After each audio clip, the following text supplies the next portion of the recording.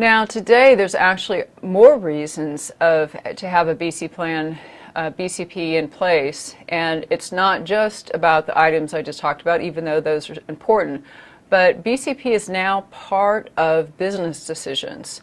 If I'm a supplier, I'm going to provide your company with some type of services or parts or something.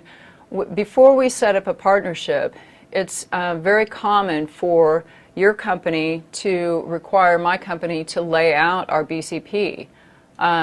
Because basically, why would you depend on my company if we don't have anything in place to protect our services if we go through a disaster?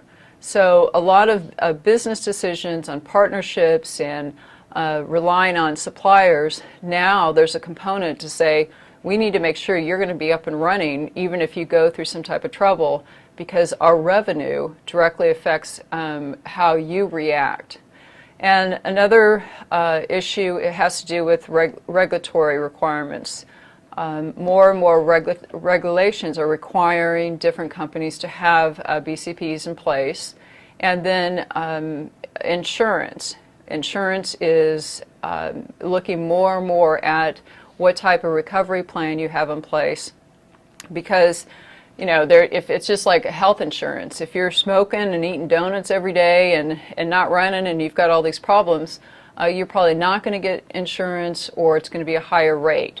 And so the same with the company. If you have a healthy company, you take preventive measures, then you can get insurance, and it could be a reduced rate.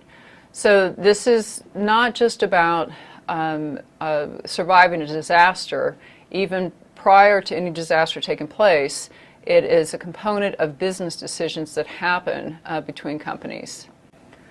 So this needs to be set up as a framework. We need to have strategic and operational framework that basically is going to build the resilience into the business processes. And that sounds great, and it sounds easy when you either read it in a book or you see it on a slide, but it's actually much more complex, and we're going to walk through why. But if you have to understand how the company works, you have to understand how the business processes take place, you have to understand all the vulnerabilities and threats, what the necessary solutions are. So this is not an easy task.